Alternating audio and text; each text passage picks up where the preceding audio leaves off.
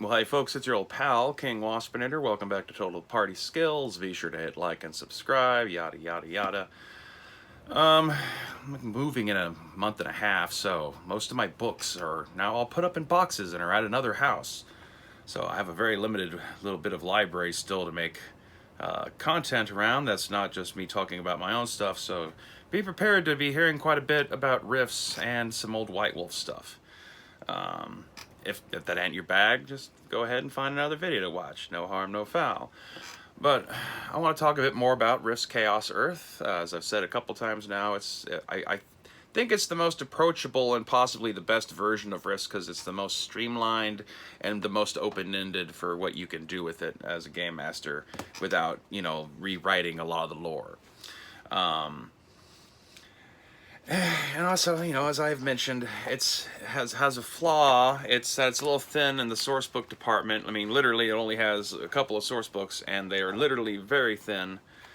And sometimes you would like something a bit more meatier. Creative freedom is great, and you can be a super creative person when you're, the only reason you would really be attracted to being a game master or a DM or storyteller or whatever term you like to use is because you have ideas and you want to express them. Otherwise, like, why would you even want to do this sort of thing? Unless you're just some sort of, like, hyper socialite, maybe. But, unless you have an awful lot of free time on your hands, it's a bit time consuming to design a bunch of world information from scratch. Having to, like, especially set on a real world like Earth, Rifts is a distorted Earth in the future, but yet it's still, like, roughly fits to the same overall geography, and the humans that are survivors, do derive from modern day cultures as just, like, the segments that actually survive the cataclysm. But they still have roots back in the here and now, so it doesn't hurt to know a little bit about the here and now when you're trying to, like, come up with a campaign set in Rifts, Russia, or something like that.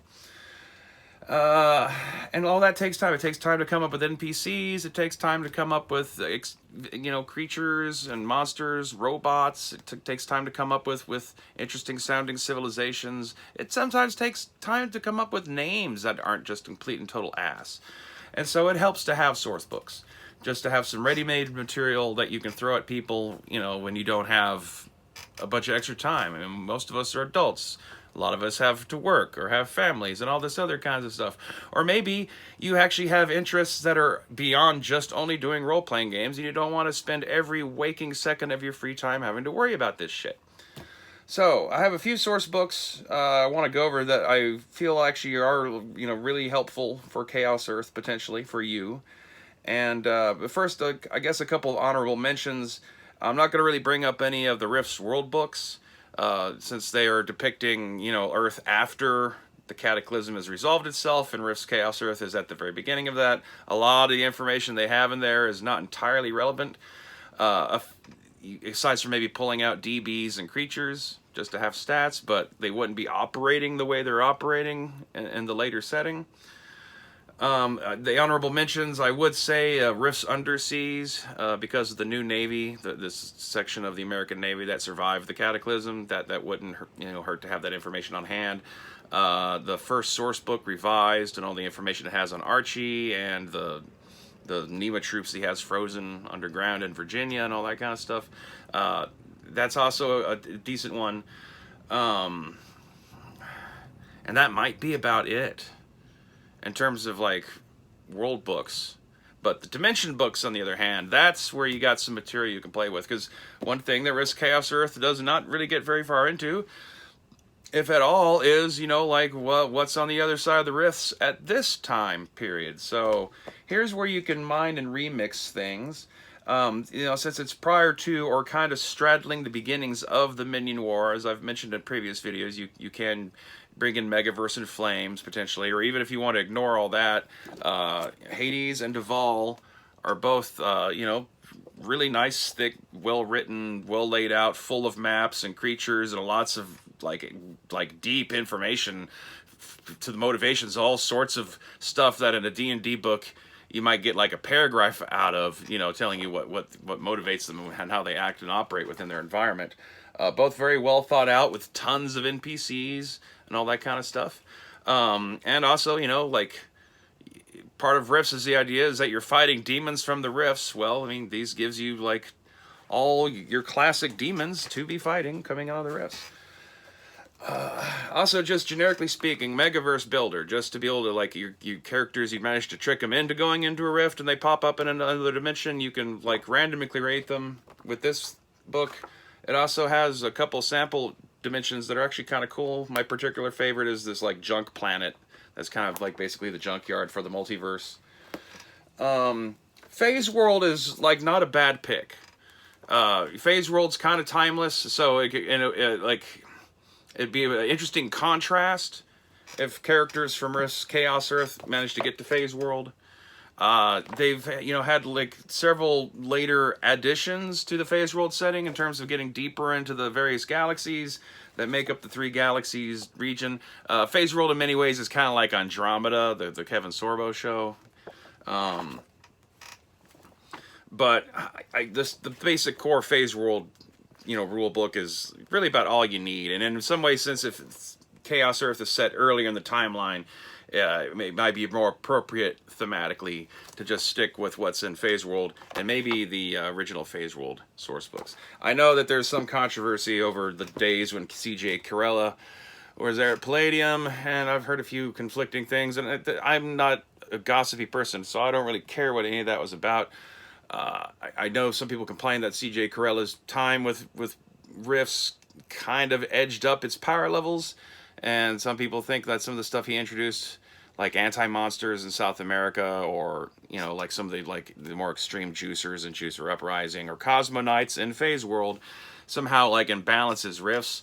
But to me, from my point of view, like one of the core themes of the rift setting is the imbalance of powers, and so reflecting that in your characters feels appropriate to me.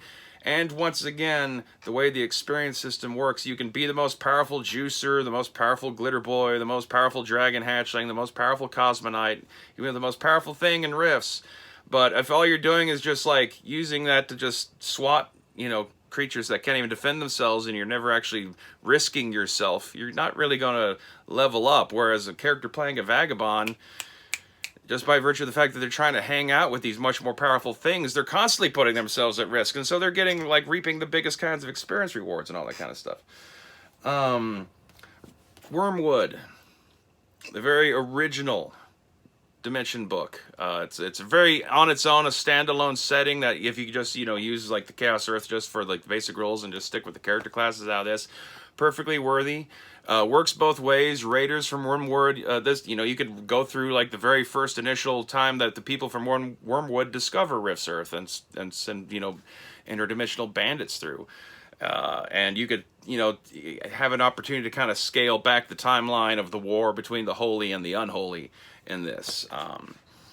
It's this really weird, dark, hellish living planet setting, if you've never checked it out before, where there's a lot of like real heavy Middle Ages, First through Third Crusade kind of stuff going on. I mean, they have like Hospitallers and Templars as character classes, and a bunch of other interesting things. And it's hellish in a unique. It's not like just a big lava pit kind of way. It, like the weird nature of this living fleshy planet where like towers are part of the surface, and so they move kind of like something running underneath something's skin and stuff like that. It's neat.